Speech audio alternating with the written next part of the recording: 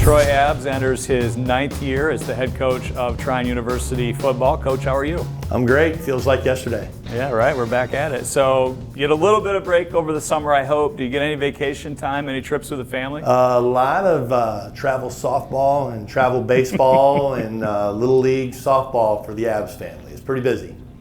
So I've been reading your Twitter, and your Twitter is interesting. And you've been talking about a book that your team is studying called Winning the Mental Game. Yeah. And I know you talked about how impactful that book has been for the leadership of your team.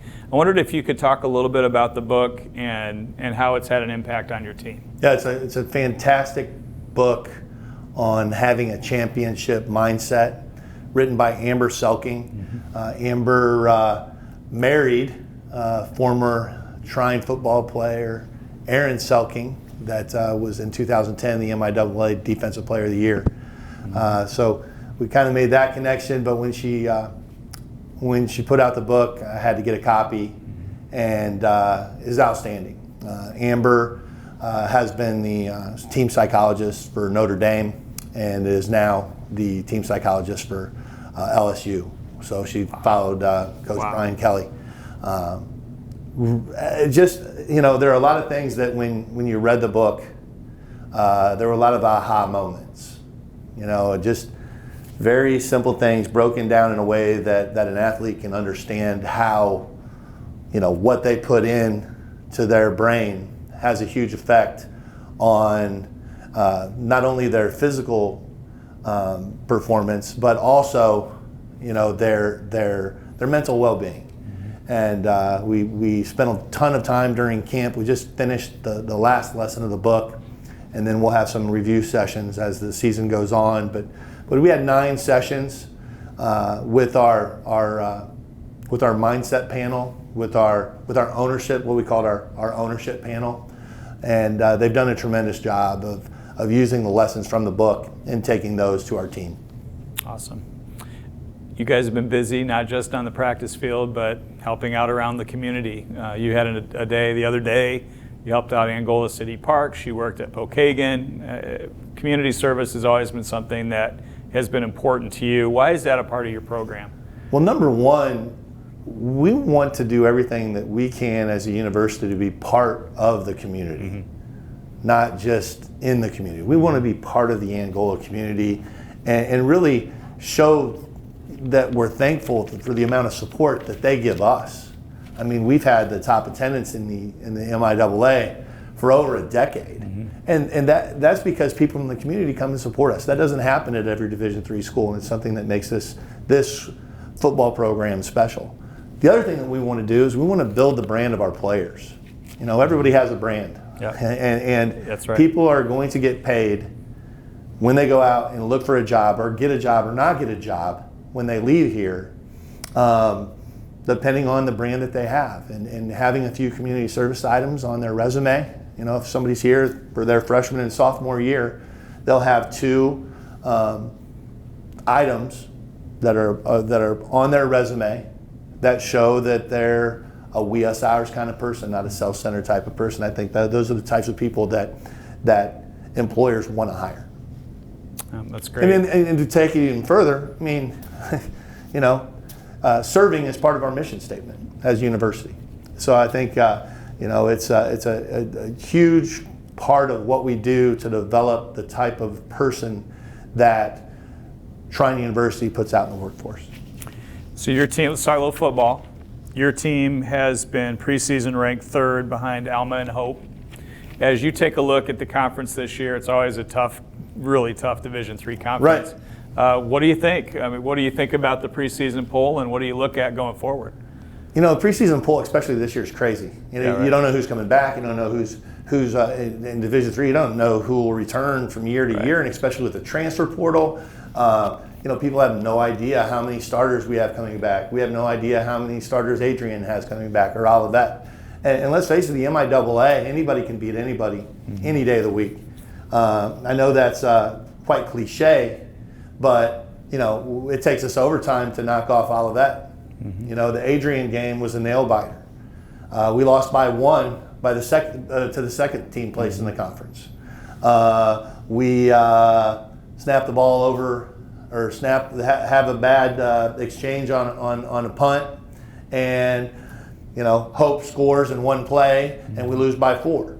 So every single game is a competitive football game, and anybody can beat anybody on any given Saturday. There's no doubt about that.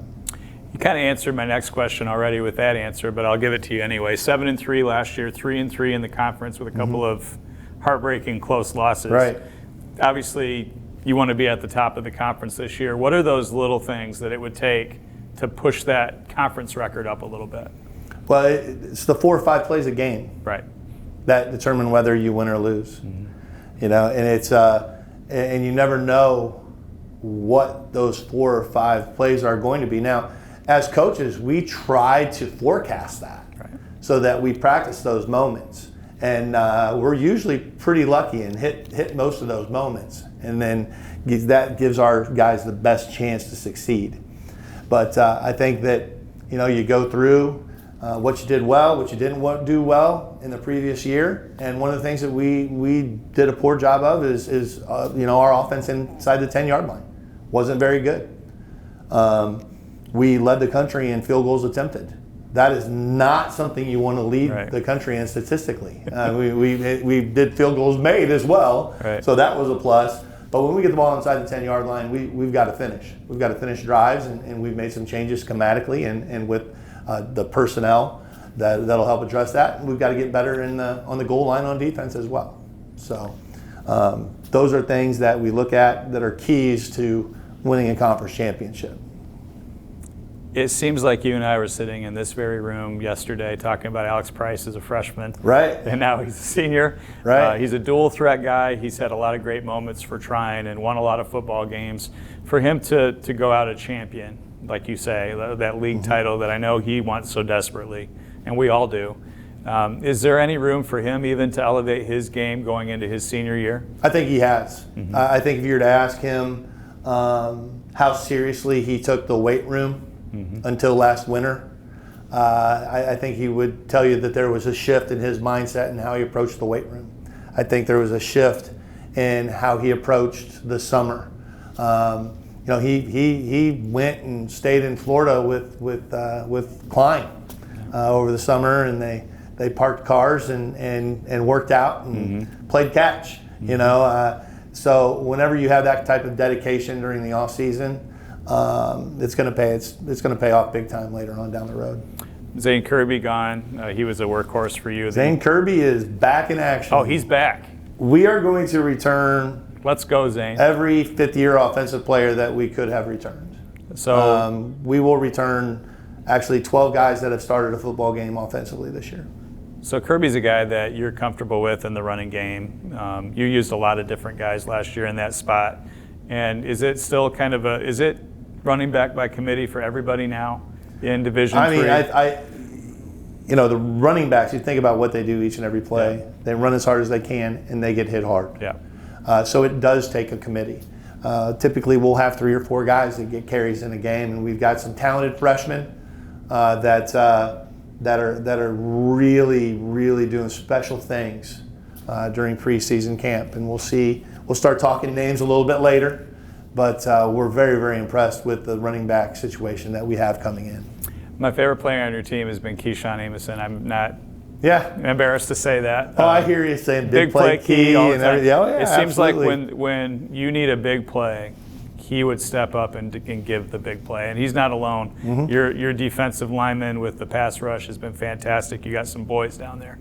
But with big play key, thinking about the defensive side of the ball, obviously he's moving on and graduating. What are you looking for playmakers on the defense? Well, Joe Johnson is a young man that started during the COVID spring season that was recovering from an injury last year. Played the same, played safety, the other side, but he's a special young man from Riverview, Michigan. He's the same type of player. He's fast. He's actually faster than Keyshawn, about the same build, same size, but he will come up and he'll hit you. And he's a great cover guy. So that really, on the other safety, West Van Hooser from Goshen, he's a guy that's just really developed within the program. Really reminds me of like a Robert Riley from our 17 and 18 teams that was an all-conference player his junior and senior year, but freshman and sophomore year, was at the bottom of the depth chart, but really worked his tail off and earned a starting position. So we're excited to see how those safeties play. Those will be two different starters, but like I said, Joe has started before. So you look at us offensively, we're 12 guys that have started games. You look at us defensively, and we've got 8 guys that have started before. So things are looking good. We've got to continue to stay focused. We've got to play hard. We've got to take ownership of our mistakes so that we can fix them. And if we do that, we're going to have a great season. It's a top Division III football program and a great conference. The stability, the class that Coach Abbs and his program exhibits is off the charts. We're going to be pulling for you hard this year, Coach, and we wish you all the very best. Thanks. Go Thunder.